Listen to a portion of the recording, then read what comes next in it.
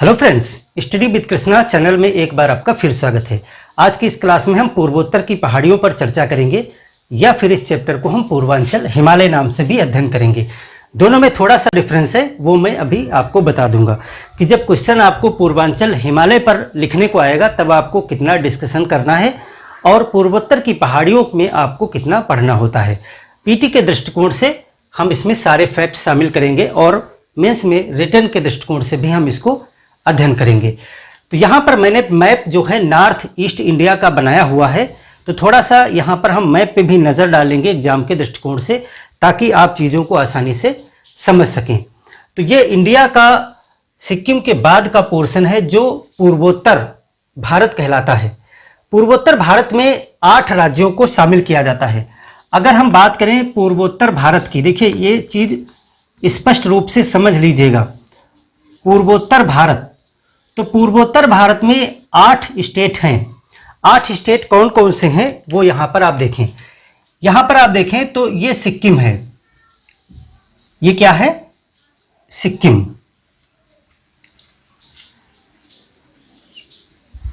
सिक्किम के बाद में भूटान देश है और भूटान देश से ही बॉर्डर बनाता हुआ आपका ये इस तरह से अरुणाचल प्रदेश है।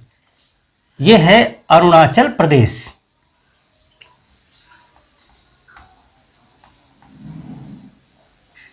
मैप को नॉर्थ ईस्ट के कायदे से समझ लीजिएगा, क्योंकि नॉर्थ ईस्ट को आप ज़्यादा अच्छी तरीके से स्टडी नहीं करते हैं और यहाँ जो क्वेश्चन पूछ दिए जाते हैं वो अक्सर गलत हो जाया करते हैं। तो ये आपका हो गया अरुणाचल प्रदेश। अरुणाचल प्रदेश का बॉर्डर आपका यहाँ चीन से तो लगा ही हुआ है, वर्मा तक आ जाता है। इसके बाद में अरुणाचल प्रदेश के बाद में जो स्टेट है वो है नागालैंड। ये है नागालैंड। और नागालैंड के नीचे यहाँ पर जो स्टेट है वो है मणिपुर। ये क्या है? मणिपुर। और इसके बाद में सबसे लास्ट में जो आपका स्टेट यहाँ पर पड़ेगा नीचे वो है मिजोरम। नागालैंड और मणिपुर बिल्कुल पास पास में है, क्योंकि नाग के पास में ही मणि होती है और मिजो मतलब पूंछ होता है, इधर इसकी पूंछ है मिजोरम। और ये जो इधर है जो बांग्लादेश की तरफ है ये है त्रिपुरा। 3 तरफ से बांग्लादेश से घिरा हुआ स्टेट है त्रिपुरा। ये किनारे किनारे के हो गए। ये आपके जो है 5 स्टेट 6 स्टेट हो गए। अब यहाँ पर मेघालय है। मेघालय इस तरह से आपका मेघालय, ये क्या है? मेघालय। और जो बीच में ये बच रहा है ये है असम। ये हमारा स्टेट हो गया असम। अब असम का जो बॉर्डर है वो यहां तक आता है।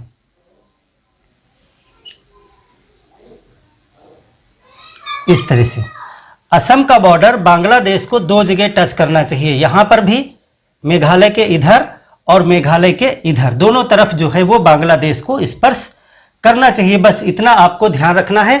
बाकी ये जो आपका स्टेट यहाँ तक है जो भूटान के लगभग बीच तक आ रहा है, ये आगे आपको जो है इस तरह से, ये क्या है? पश्चिम बंगाल है। पश्चिम बंगाल। लेकिन ये नॉर्थ ईस्ट में शामिल नहीं है। ये इधर के जो ये जो स्टेट्स हैं वो नॉर्थ ईस्ट में है। तो 8 स्टेट में कौन कौन से हो गए? सिक्किम और अरुणाचल, असम, नागालैंड, मणिपुर, मिजोरम, त्रिपुरा और मेघालय। इसको लिखा जाता है 7+1। ये जो 7 है इनको 7 सिस्टर कहा जाता है और प्लस सिक्किम। देखिए इसको समझने के लिए आपको ये देखना है कि असम जो है वो बाकी इधर के 6 प्रदेशों के साथ में सीमा शेयर करता है। असम, मेघालय, अरुणाचल प्रदेश, नागालैंड, मणिपुर, मिजोरम और त्रिपुरा सभी के साथ इसका बॉर्डर टच करता है। और जो सिक्किम है, सिक्किम के साथ इसका बॉर्डर असम का शेयर नहीं होता है। सिक्किम जो है वेस्ट बंगाल से बॉर्डर शेयर करता है। तो 8 प्रदेशों में 7 जो प्रदेश हैं जो असम के साथ लगे हुए हैं इनको 7 सिस्टर के नाम से जाना जाता है। अगर कभी क्वेश्चन आपसे पूछा जाता है कि निम्नलिखित में से कौन सा नॉर्थ ईस्ट इंडिया का स्टेट सेवन सिस्टर में नहीं है, तो सिक्किम जो है वो सेवन सिस्टर में नहीं आता है। पूर्वोत्तर भारत के जब स्टेट की बात की जाएगी तब 7+1 सिक्किम को भी जोड़ लेंगे। और वेस्ट बंगाल जो है, पश्चिम बंगाल हालांकि यहां तक आ जाता है, असम के साथ भी बॉर्डर बनाता है और सिक्किम के आगे तक इसका क्षेत्रफल फैला हुआ है, लेकिन फिर भी इस स्टेट को हम पूर्वोत्तर भारत में नहीं गिनते हैं। तो पूर्वोत्तर में सिर्फ 8 स्टेट को गिना जाएगा। अब इन 8 स्टेट में हम 2 तरीके से बात करेंगे। देखिए, एक तो हमने बताया कि पूर्वांचल का हिमालय आपको पढ़ना है, यानी पूर्वोत्तर हिमालय कहें या पूर्वांचल हिमालय कहें, यहां पर हिमालय की बात की जा रही है और एक पूर्वोत्तर की पहाड़ियों की बात की जा रही है। तो दोनों में डिफरेंस है। जब क्वेश्चन आएगा तो दोनों में अंतर यह है कि जब हम हिमालय की बात करेंगे तो यहां पर जो ब्रह्मपुत्र नदी भी हम शेयर करेंगे, जब हमने नदियों के आधार पर जब बंटवारा किया था हिमालय का, तो हमने देखा था कि सिक्किम से एक नदी गुजरती है तीस्ता। सिक्किम से एक नदी है यहां पर, वो है तीस्ता। ये यहां पर मैं लिख देता हूं, ये बांग्लादेश है। बांग्लादेश में आकर के ये नदी मिल जाएगी ब्रह्मपुत्र से। तो ये रिवर का नाम है तीस्ता नदी। तीस्ता नदी, तीस्ता नदी से लेकर के फिर हमने बात की थी कि जो ब्रह्मपुत्र नदी है, ये ब्रह्मपुत्र है, ये कौन सी नदी है? सांगपो। चीन में इसे सांगपो कहा जाता है। सांगपो नदी अरुणाचल प्रदेश में प्रवेश करती है, तब इसको कहा जाता है दिहंग। यहां पर इसे क्या कहते हैं? दिहंग, दिहंग नदी। इसके बाद में ये असम में प्रवेश करती है और असम में इसे कहा जाता है ब्रह्मपुत्र। यहां पर ये ब्रह्मपुत्र कहलाती है और फिर ये ब्रह्मपुत्र नदी इस तरह से आकर के बांग्लादेश में होकर के फिर ये बंगाल की खाड़ी में चली जाती है। तो यहां तीस्ता नदी से लेकर के दिहंग नदी तक ये हिमालय क्या कहलाता है? पीछे की क्लास में हमने इसको डिस्कस किया था कि इसको कहा जाता है असम हिमालय, क्योंकि यहां पर खास करके असम का क्षेत्र पड़ता है। तो ये असम हिमालय हो गया। इसके बाद हमने बात की थी कि दिहंग यानी ब्रह्मपुत्र नदी से जो बाद में हिमालय है, जहां से हिमालय जो है दक्षिण की तरफ मुड़ जाता है और हमारे अरुणाचल प्रदेश, नागालैंड, मणिपुर और मिजोरम में वो पर्वत श्रेणियां पाई जाती हैं बंगाल की खाड़ी तक। इस हिमालय को कहा जाता है पूर्वांचल हिमालय। यही मैं आपको समझाना चाह रहा था कि अगर कभी आपसे क्वेश्चन किया जाए कि पूर्वांचल हिमालय कहां से कहां तक है, तो पूर्वांचल हिमालय ब्रह्मपुत्र नदी के बाद में स्टार्ट होता है। अभी जितना कुछ हम इधर पढ़ेंगे वो पूर्वांचल हिमालय में नहीं होगा। जब पूर्वांचल हिमालय की बात की जाए, समझना इसलिए जरूरी है कि क्वेश्चन पीटी में भी इस तरह से आएगा। आपको एक किसी चोटी का नाम दे दिया जाएगा और पूछा जाएगा कि यह चोटी पूर्वांचल हिमालय का हिस्सा है या नहीं है। तो पूर्वांचल हिमालय में कौन कौन सी पड़ेंगी वो आपको अलग याद रखनी है, और पूर्वोत्तर की पहाड़ियां कंप्लीट पढ़ेंगे वो आपको अलग क्रम याद रखना है। तो यहां से हम पढ़ेंगे सांगपो यानी दिहंग नदी के बाद पूर्वांचल हिमालय, और बाकी जो इधर असम, अरुणाचल और मेघालय और ये सब कुछ पढ़ेंगे, वो सब मिला करके ये हो जाएगा पूर्वोत्तर की पहाड़ियां। तो चलिए बात करते हैं कि कौन कौन सी पहाड़ियां यहां पर इन 8 प्रदेशों में स्थित हैं। तो सबसे पहले हम सिक्किम में बात कर रहे हैं। सिक्किम, यहां पर देखिए सिक्किम में आपको दार्जिलिंग हिल्स नाम से यहां पर हिल्स मिलेंगी। ये मध्य हिमालय का भाग है। दार्जिलिंग हिल्स, इनको कहा जाता है दार्जिलिंग श्रेणी। लिखते रहेंगे, बोर्ड पे ज्यादा जगह नहीं हमारे लिए लिखने के लिए, आप नोट्स बना लेंगे। दार्जिलिंग श्रेणी की अगर आपसे बात की जाए कि दार्जिलिंग श्रेणी कहां है, तो ये सिक्किम में है और इसका क्षेत्र जो है वो वेस्ट बंगाल तक फैला हुआ है। एक दार्जिलिंग नाम से जो पर्यटन स्थल या शहर आप सुनते हैं वो वेस्ट बंगाल में है, वो यहां पर है दार्जिलिंग शहर। ये दार्जिलिंग सिटी है, लेकिन जो दार्जिलिंग रेंज है उसका ज्यादातर हिस्सा सिक्किम में फैला हुआ है और ये मिडिल हिमालय का भाग है। अगर ग्रेटर हिमालय की बात करें तो यहां पर आप देखते हैं एक पर्वत शिखर ग्रेटर हिमालय का पाया जाता है, इसका नाम है कंचनजंगा। कंचनजंगा सिक्किम और नेपाल के बॉर्डर पे है, तो यह है कंचनजंगा। कंचनजंगा ये ग्रेटर हिमालय का पार्ट है। और यहीं पर जो दार्जिलिंग श्रेणी है इसमें जो है चुंबी घाटी, आपको हमने बताई थी दर्रा वाले चैप्टर में, चुंबी घाटी पाई जाती है और यहीं से जो है नाथुला दर्रा और जेलेपला दर्रा जो है वो तिब्बत के लिए जुड़ते हैं। दार्जिलिंग श्रेणी के पास में ही यहां पर जेलेपला दर्रा है जो चुंबी घाटी को तिब्बत से जोड़ता है, भूटान से नहीं जोड़ता है। यहां पे कंफ्यूज मत होइएगा, भूटान से नहीं जोड़ता है, वो तिब्बत से जोड़ता है। तो दार्जिलिंग श्रेणी आपकी सिक्किम में है और कंचनजंगा पर्वत भी सिक्किम में है। दार्जिलिंग सिटी की बात की जाएगी तो ये वेस्ट बंगाल में है और ये दार्जिलिंग श्रेणी को ही काटती हुई तीस्ता नदी बहती है। तीस्ता नदी आगे जाकर के ब्रह्मपुत्र नदी में मिल जाती है। इसके बाद भूटान है। भूटान के पर्वतों को हमको पढ़ने की जरूरत नहीं है। फिर आ जाते हम हैं अरुणाचल प्रदेश में। अरुणाचल प्रदेश में कई पर्वत श्रेणियां हैं। अरुणाचल प्रदेश में जो शिवालिक श्रेणी है वो कई नदियों के द्वारा खंडित हो गई है और उसको वहां के रहने वाली जनजातियों के नाम के आधार पर अलग अलग नाम दिया जाता है। तो यहां पर देखिए, अभी हम ब्रह्मपुत्र नदी के पहले की जो श्रेणियां हैं उन पे बात करेंगे। तो यहां पे आप जो है बनाएं, सबसे पहले जो है आका हिल्स हैं।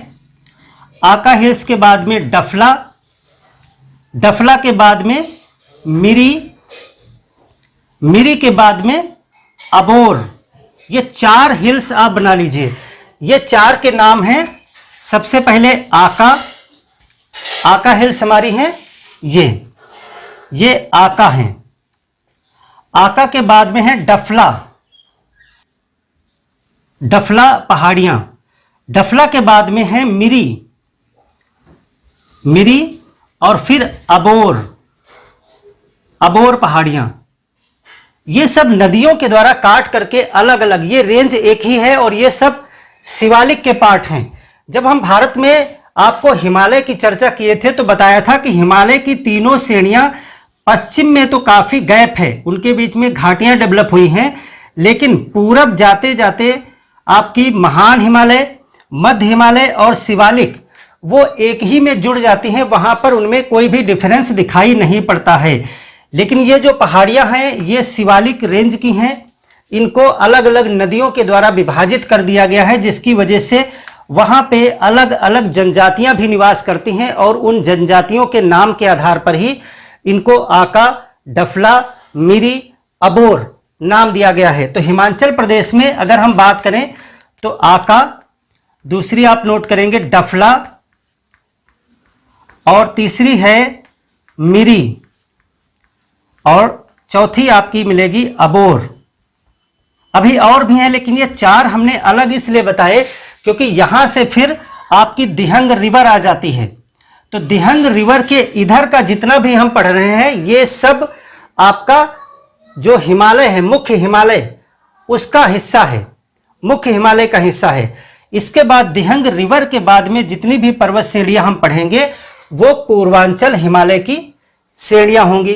तो यहां पे हमने बताया कि यहां पर अलग अलग पहाड़ियां हैं जिनको नदियों के द्वारा काटा गया है। तो कौन कौन सी नदियां हैं यहां पर देखिए, आका जो पर्वत श्रेणी है इसके बाद में एक नदी बहती है, ये सब ब्रह्मपुत्र की सहायक नदियां हैं। ये नदी है भैरेली।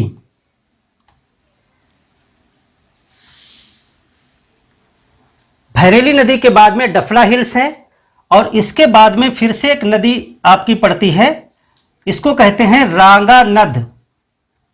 रांगा नद, रांगा नद के बाद में मिरी पहाड़ियां शुरू हो जाती हैं और मिरी पहाड़ियों के बाद में ब्रह्मपुत्र की ही सहायक नदी है सुबनसिरी। ये नदी है सुबनसिरी, और सुबनसिरी नदी के बाद में और दिहंग नदी के बीच में जो पहाड़ियां हैं उन्हें अबोर हिल्स के नाम से जाना जाता है। तो ये सभी जो पहाड़ियां हैं वो अरुणाचल प्रदेश में हैं, और यहां पर इन्हीं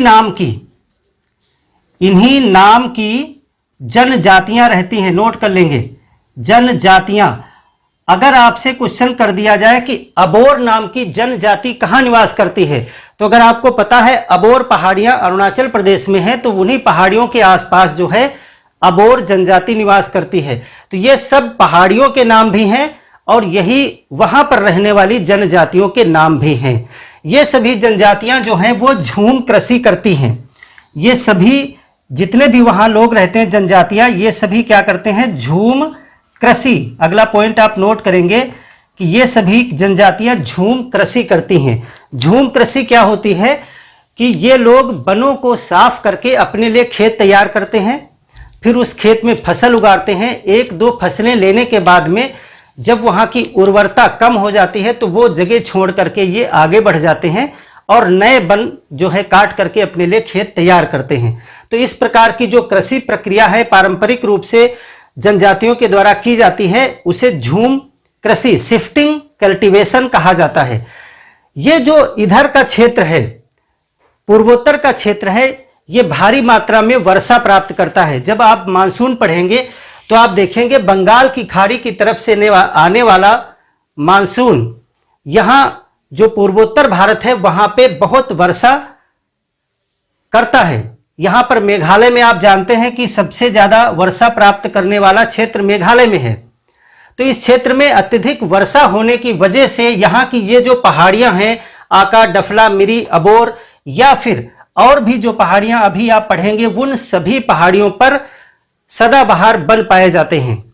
और उन वनों में बांस, चीड़ इत्यादि जो वृक्ष होते हैं उनकी अधिकता है। वो काटने में भी आसान होते हैं और उनको आसानी से साफ करके वहां पर खेत बनाए जा सकते हैं। तो यहां पर जो आका, डफला, मिरी और अबोर के क्षेत्र हैं, यहां पर जो है सीढ़ीदार खेती भी की जाती है।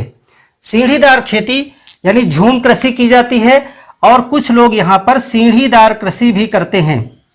सीढ़ीदार कृषि, सीढ़ीदार कृषि पर्वतीय क्षेत्र में इस प्रकार से की जाती है, जैसे कि कोई पर्वत क्षेत्र का ये ढाल है तो वहां पर सीढ़ी नुमा खेत बना लिए जाते हैं। एक ऊंचा खेत, उससे डाउन खेत, उससे डाउन खेत, तो वो सीढ़ी नुमा दिखाई पड़ते हैं दूर से देखने पर, इसीलिए उसे सीढ़ीदार कृषि कही जाती है। तो पूर्वोत्तर भारत में आपको झूम कृषि और सीढ़ीदार खेती यहां पर दिखाई पड़ेगी। इसके बाद जब हम दिहंग को पार करते हैं तो आपका पूर्वांचल हिमालय शुरू हो जाता है। पूर्वांचल हिमालय में आपको कौन कौन सी पहाड़ियां पढ़नी है, सबसे पहले हम उनके नाम यहां पर लिखेंगे। अबोर पहाड़ी के बाद में जब आप बढ़ेंगे दिहंग यानी ब्रह्मपुत्र नदी को पार करेंगे तो सबसे पहले आपको यहां पर जो पहाड़ियां दिखाई पड़ेंगी वो है मिसमी। ये पहाड़ियां हैं मिसमी।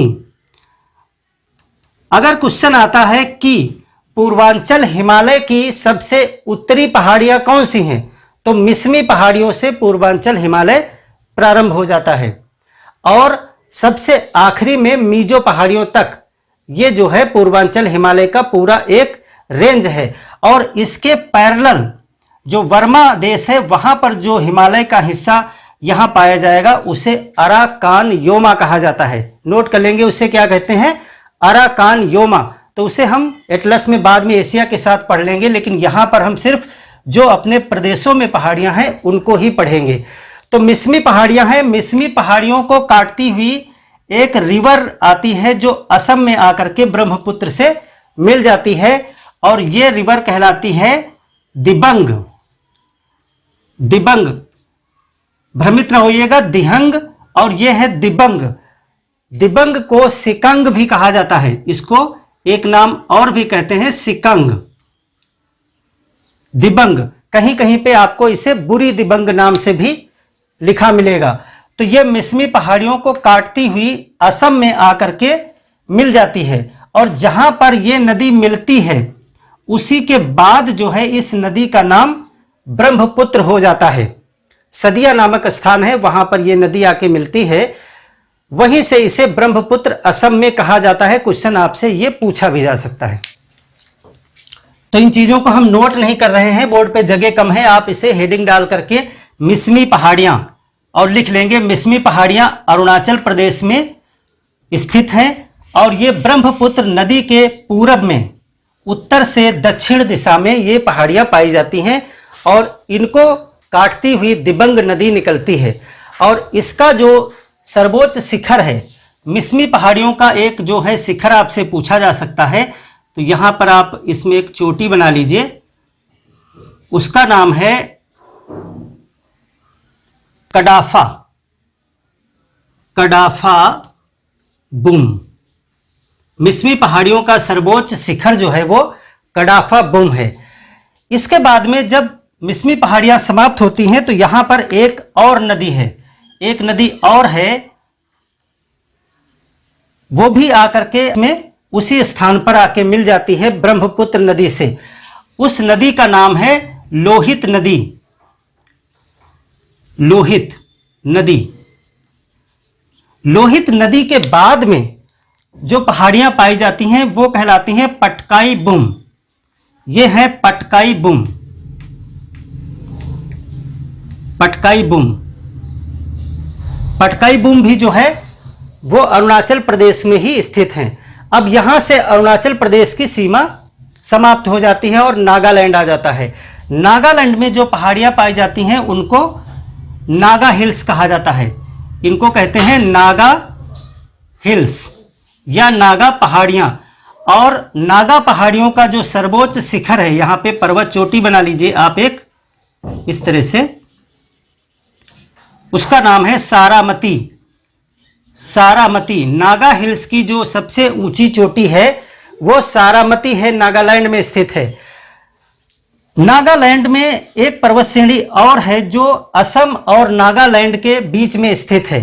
यहां से ही स्टार्ट होती है नागालैंड से और ये असम तक आती है। इसका मणिपुर में हिस्सा नहीं है, कुछ भाग नागालैंड में है और ज्यादातर भाग जो है वो इसका असम में स्थित है। ये असम स्टेट है।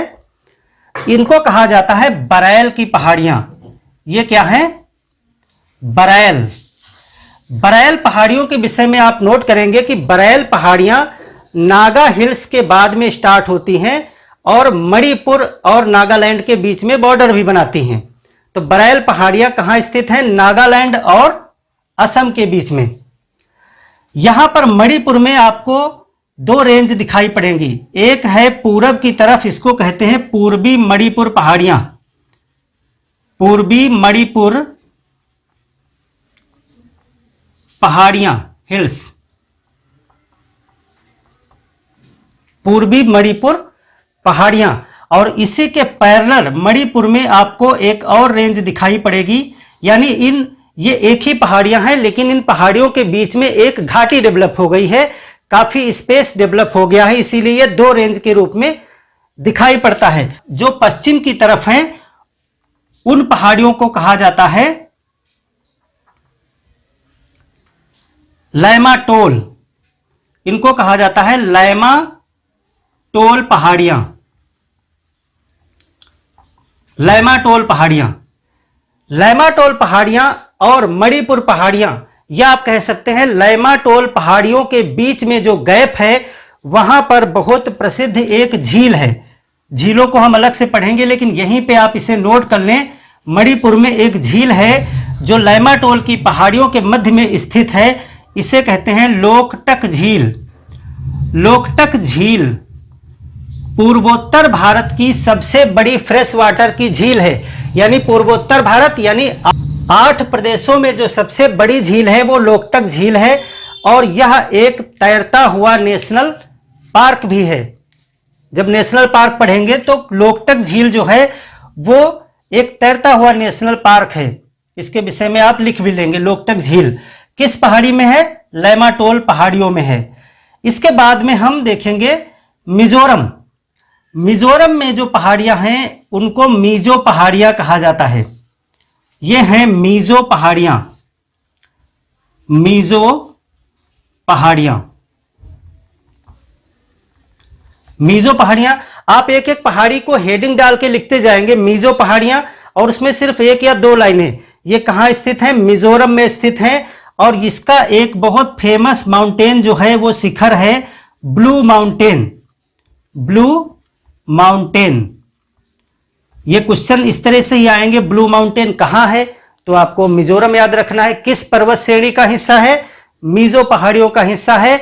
और आप कह सकते हैं कि जो पूर्वांचल हिमालय है उसका जो दक्षिणतम छोर है वो ब्लू माउंटेन ही है। ब्लू माउंटेन के बाद में पूर्वांचल हिमालय समाप्त हो जाता है और बंगाल की खाड़ी यहाँ स्टार्ट हो जाती है। आगे जो है कुछ हिस्सा बांग्लादेश का है, उसके बाद में बंगाल की खाड़ी आ जाती है। तो इस प्रकार से पूर्वांचल हिमालय में हम देखते हैं कि मिसमी पहाड़ियाँ, पटकाई बुम, नागा पहाड़ियाँ और मणिपुर की पहाड़ियाँ जिनको लैमाटोल पहाड़ियाँ कहते हैं, उसी के बीच में लोकटक झील है।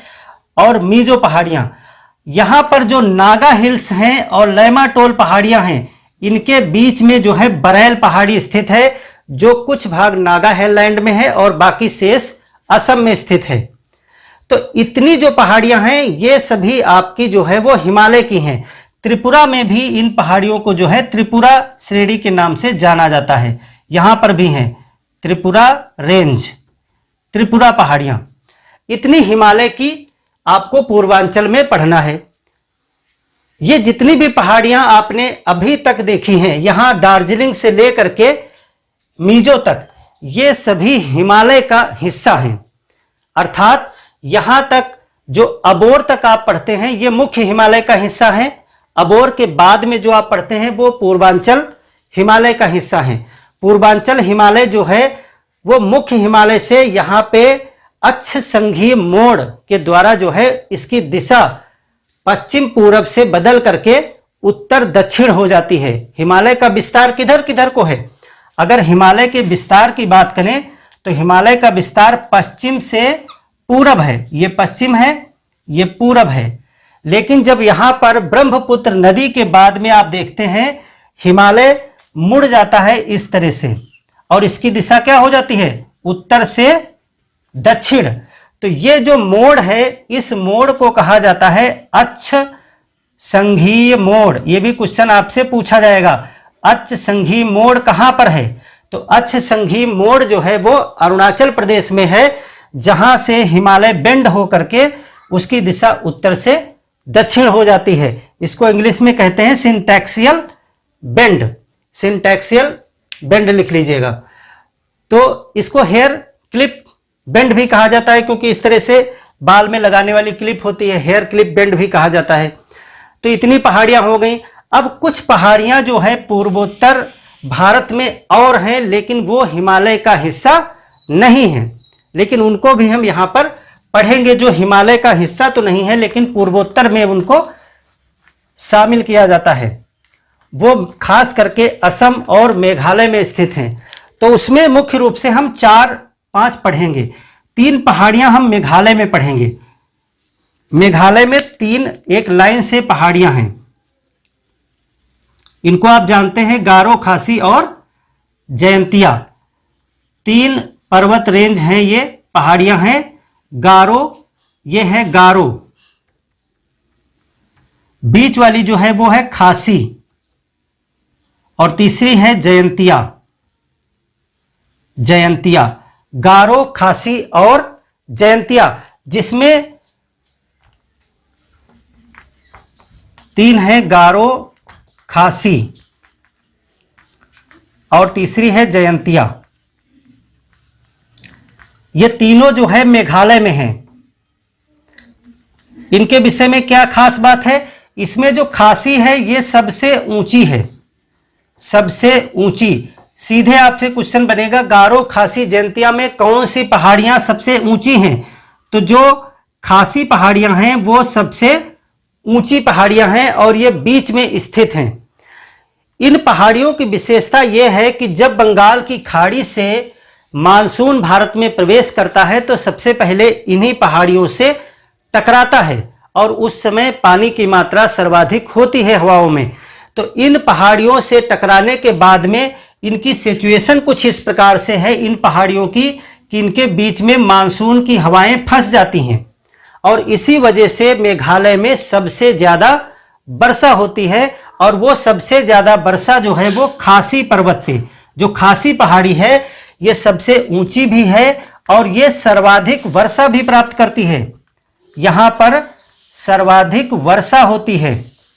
और सर्वाधिक वर्षा अगर यहाँ पे बात करें तो किस स्थान पे होती है, तो आपको नाम पता होगा, चेरापूंजी। चेरापूंजी मासिन राम स्थान है जहाँ पे सबसे ज़्यादा वर्षा प्राप्त होती है। वो यही खासी पहाड़ी के पास स्थित जो है वो जगह है। और अगर प्रदेश का नाम पूछा जाएगा तो मेघालय में भारत की सबसे ज़्यादा वर्षा प्राप्त होती है। और मेघालय की जो राजधानी है शिलांग, वो भी जो है खासी पहाड़ी पर ही स्थित है, यानी खासी पर्वत रेंज जो है पहाड़ियों का श्रृंखला उसी पे स्थित है, काफ़ी ऊंचाई पर है और सर्वाधिक वर्षा प्राप्त करती है।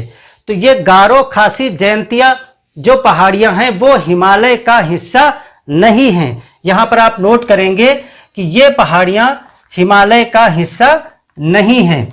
सभी पॉइंट जो भी मैं बता रहा हूँ आज बोर्ड पे ज़्यादा मैं लिख नहीं रहा हूँ, लेकिन आप इन चीज़ों को नोट जरूर कर लीजिएगा। हिमालय का हिस्सा नहीं है, क्योंकि ये निश्चित तौर से क्वेश्चन ऐसे ही बनता है कि निम्नलिखित में से कौन सी पहाड़ियां हिमालय का हिस्सा हैं या नहीं है। तो आपको एक नाम जयंतिया दे दिया गया, एक बरैल दे दिया गया, और भी नाम दिए जाएंगे, तब आपको ऑप्शन एलिमिनेट करने पड़ेंगे। अभी जितने भी बताए वो सब हिमालय का हिस्सा हैं। यहाँ अबोर हिल्स तक मुख्य हिमालय का हिस्सा है और ये शिवालिक के हैं सभी, आका, डफला, मिरी, अबोर। बाद में जितनी भी हैं वो सब पूर्वांचल हिमालय का हिस्सा हैं। गारो, खासी, जयंतिया ये प्रायद्वीपीय भारत यानी प्रायद्वीपीय पठार का हिस्सा है। इसको लिखेंगे भी, हिमालय का हिस्सा नहीं है, आपने नोट किया।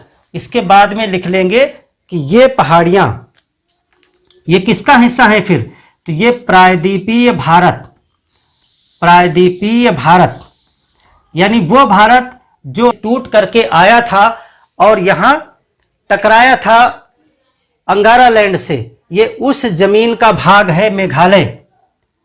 तो ये जो है प्रायद्वीपीय भारत का हिस्सा है।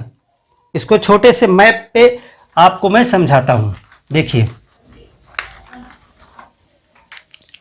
ये इस तरह से भारत है।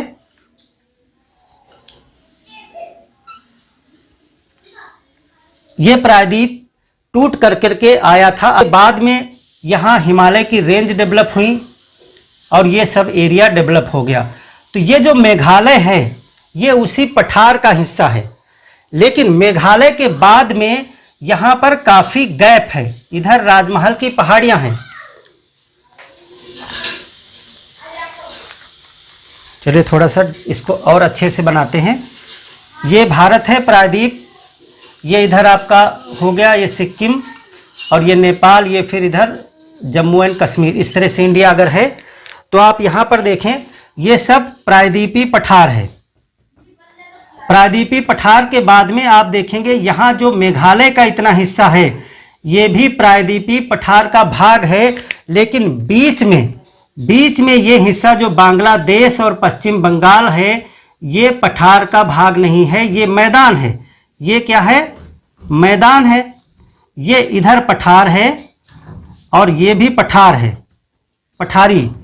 तो बीच का ये जो मैदान है जो यहाँ बांग्लादेश जहाँ पर है स्थित है, ये कैसे आ गया है, ये पहले तो एक ही में था, लेकिन इधर से आई ब्रह्मपुत्र नदी और इधर से आई गंगा नदी, ये दोनों मिल करके इस क्षेत्र को काट दिए और यहाँ का पूरा पठारी जो भाग था उसको काट करके बंगाल की खाड़ी में मिला दिए और यहाँ पे नया मिट्टी का जमाव कर दिया। इस जमाव में ही यहाँ पश्चिम बंगाल और बांग्लादेश विकसित हुए हैं। जो देश हैं वो इसी मैदान पर हैं। और ये जो गैप हो गया, यानी इधर आपको राजमहल की पहाड़ियाँ दिखाई पड़ेंगी और यहाँ ये मेघालय का पठार है, तो इसके बीच में ये गैप जो दिखता है, जो गैप ब्रह्मपुत्र और गंगा नदी के द्वारा बनाया गया है, उसे कहा जाता है मालदा गैप। इसे क्या कहते हैं, मालदा गैप।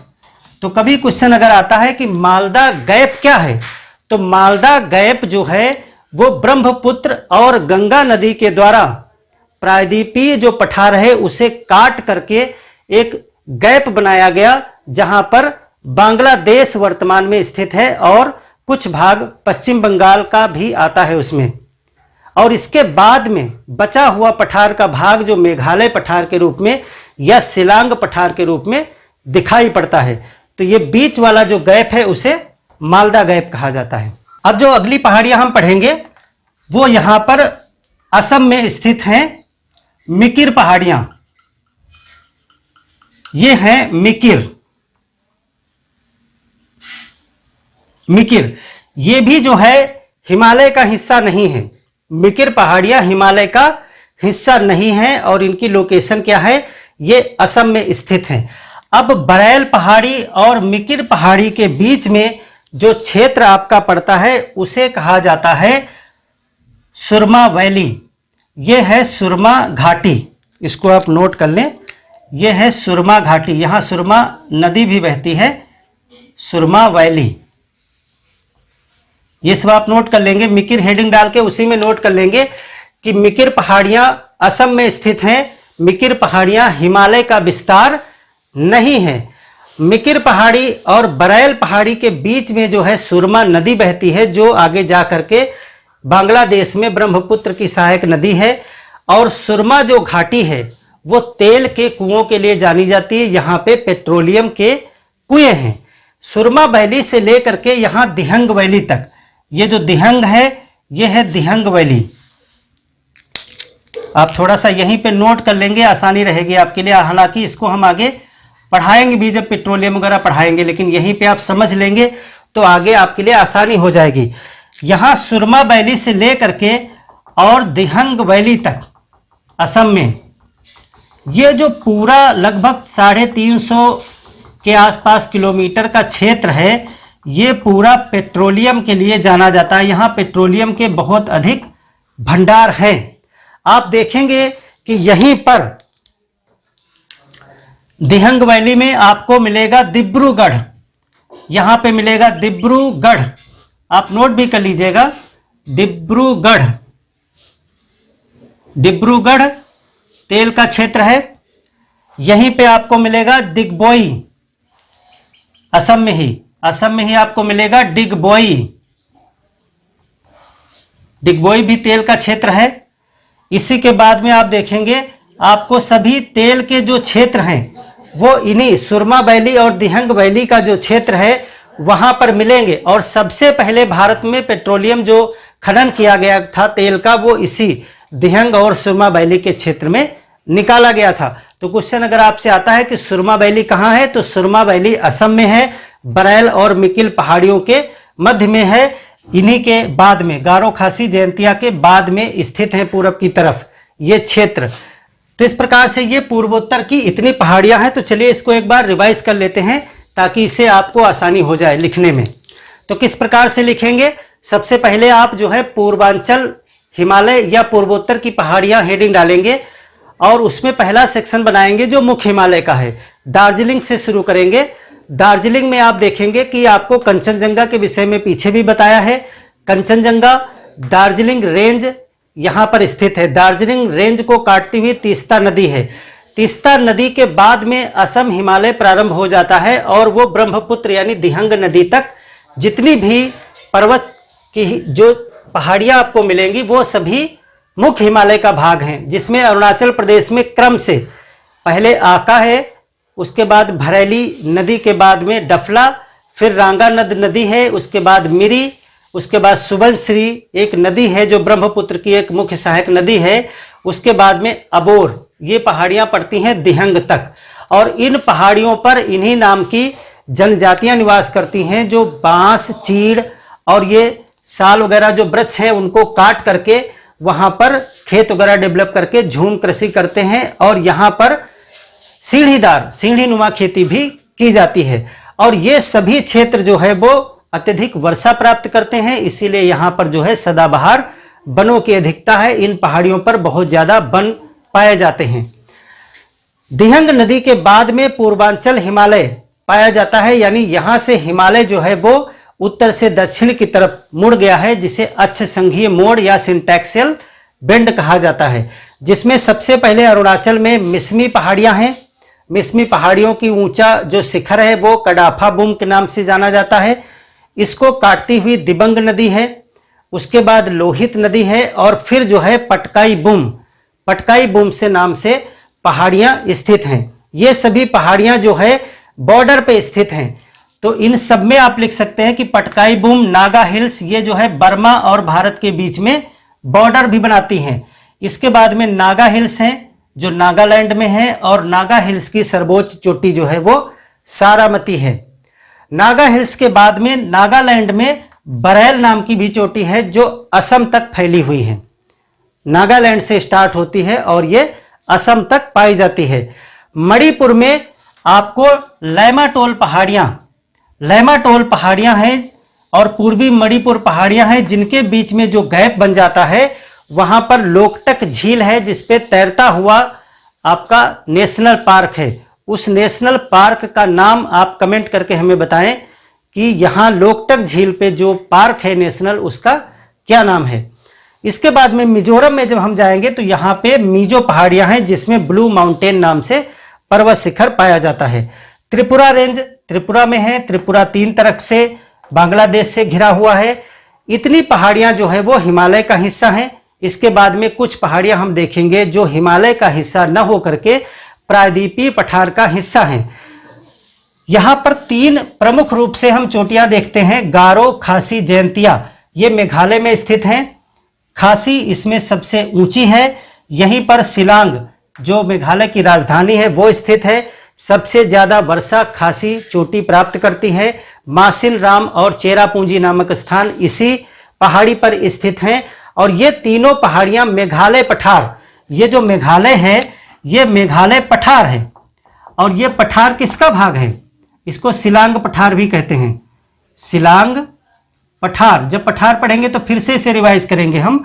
शिलांग पठार जो है वो प्रायद्वीपीय भारत का ही हिस्सा है। प्रायद्वीपीय भारत का जो पठार है उसी का हिस्सा है शिलांग पठार। लेकिन बीच में इसके जो है मालदा गैप आ गया है, जहां पर ब्रह्मपुत्र नदी और गंगा नदी के द्वारा इस पठार को काट करके एक गैप बना दिया गया है। और उस गैप में जो है पश्चिम बंगाल और बांग्लादेश स्थित हैं। ज्यादातर हिस्सा बांग्लादेश का है। इसके बाद हमने मिकिर पहाड़ियों के विषय में चर्चा की। ये भी असम में स्थित हैं। मिकिर पहाड़ी और बरैल के बीच में सुरमा वैली है, और सुरमा वैली दिहंग वैली तक फैला हुआ एक पेट्रोलियम का जो है एक क्षेत्र है, जहां पर सबसे पहले भारत में पेट्रोलियम का खनन किया गया था। यहीं पर प्रमुख कुएं हैं जैसे डिगबोई, डिब्रूगढ़ और शिवसागर। ये शिवसागर है, आप जितना नोट करना चाहें, हालांकि ये सब हम अलग से पढ़ेंगे।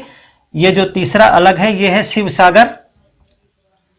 शिवसागर नाम का ये पेट्रोलियम का क्षेत्र है। शिवसागर और भी जितने हैं सब यहाँ पर 350 किलोमीटर का जो क्षेत्र है वो पेट्रोलियम के लिए जाना जाता है। तो इस प्रकार से पूर्वोत्तर की जो पहाड़ियां हैं उनको हमने समझ लिया है। मिलते हैं एक और नई क्लास में, तब तक के लिए धन्यवाद।